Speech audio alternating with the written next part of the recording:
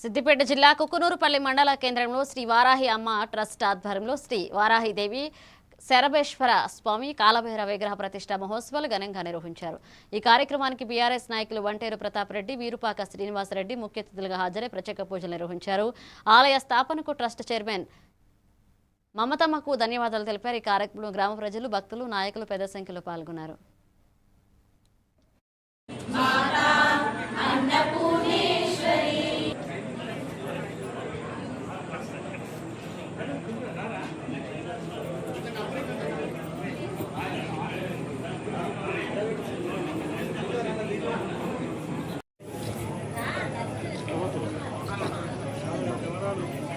जगदम्ब विश्वपालिनी माता की जय।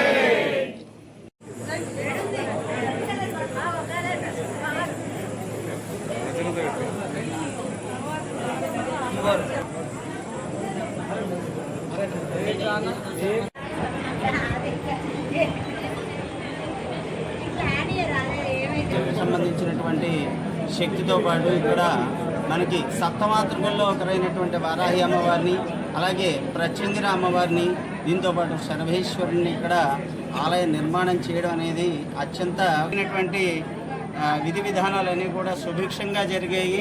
ఇక్కడ జరిపించిన వారిని కూడా ప్రముఖంగా సిద్దిపేట జిల్లా కుకునూరుపల్లి మండల కేంద్రంలో వారాహి అమ్మవారి విగ్రహ ప్రతిష్టను ఏర్పాటు చేసిన మన మమతారెడ్డి గారు, అలాగే రామప్ప గారికి ఎప్పుడు కూడా మేము రుణపడి ఉంటాం।